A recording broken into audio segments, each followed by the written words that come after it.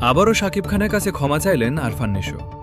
পুরো ভিডিওটি 1 সেকেন্ডের জন্য না টেনে একদম শেষ পর্যন্ত দেখুন, কারণ আজ যমুনা নিউজ বিডির ঢালিউড পাড়ার এমন এক হাই ভোল্টেজ এবং নাটকীয় খবরের আপডেট নিয়ে হাজির হয়েছে, যা শোনার পর পুরো নেট দুনিয়ায় রীতিমতো শোরগোল পড়ে গেছে।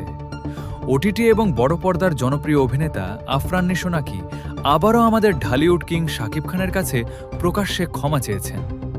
অতীতে সুড়ঙ্গ সিনেমার সাফল্যের পর এক সংবাদ সম্মেলনে শাকিব খানকে ইঙ্গিত করে দেওয়া নিশোর সেই মন্তব্য নিয়ে কম বিতর্ক হয়নি। তবে কেন বহু বছর পর আবারও নতুন করে শাকিবের কাছে ক্ষমা চাইলেন নিশো? আজ আমরা ব্যবচ্ছেদ করব এই ভাইরাল খবরের পেছনের আসল এবং ভেতরের সত্য। আমাদের বিশেষ অনুসন্ধানী টিম চলচ্চিত্র পাড়া থেকে নিশ্চিত করেছে, গত কয়েকদিন ধরে সামাজিক যোগাযোগ মাধ্যমে একটি ভিডিও ক্লিপ এবং কিছু খবর দাবানলের মতো ছড়িয়ে পড়েছে। সেখানে দাবি করা হচ্ছে, আফরান নিশো তার আসন্ন নতুন মেগা প্রজেক্টের ঘোষণা দেওয়ার সময় বা কোনো এক ঘরোয়া আড্ডায় পুরনো সেই অনাকাঙ্ক্ষিত মন্তব্যের জন্য অনুশোচনা প্রকাশ করেছেন এবং বড় ভাই ও ইন্ডাস্ট্রির অভিভাবক হিসেবে শাকিব খানের কাছে ক্ষমা চেয়েছেন। এই খবরটি চাউর হওয়া মাত্রই শাকিব ভক্ত এবং নিশো ভক্তদের মাঝে সামাজিক যোগাযোগ মাধ্যমে তুমুল তর্কবিতর্ক ও জল্পনা কল্পনার নতুন পারদ চড়তে শুরু করেছে।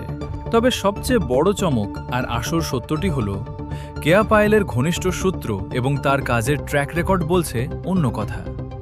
কেয়া পায়েল কখনোই শুধু একটি নির্দিষ্ট লক্ষ্য বা কারোর নামের উপর ভরসা করে ক্যারিয়ার গড়ায় বিশ্বাসী নন।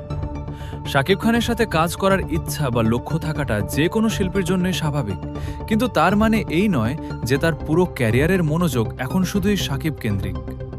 পায়েল বর্তমানে তার নাটকের ব্যস্ততা, ওটিটি প্ল্যাটফর্মের নতুন কাজ এবং নিজের পারফরমেন্সের মানোন্নয়ন নিয়েই দিনরাত পরিশ্রম করছেন। শাকিব খানের সাথে ছবি ভাইরালের সূত্র ধরে কিছু অতি উৎসাহী পেজ প্রচার করছে যে তিনি নাকি অন্য সব কাজ ছেড়ে শুধু শাকিবের সিনেমার পেছনে ছুটছেন, যা সম্পূর্ণ অতিরঞ্জিত এবং ভিত্তিহীন একটি দাবি। বিনোদনের পর্দার আড়ালের সত্য এবং পরবর্তী সব ভাইরালের আপডেট পেতে আমাদের যমুনা নিউজ বিডি চ্যানেলটি সাবস্ক্রাইব করে বেল আইকনে ক্লিক করে রাখুন। আপনার মূল্যবান মতামত কমেন্টে জানাতে ভুলবেন না। ধন্যবাদ।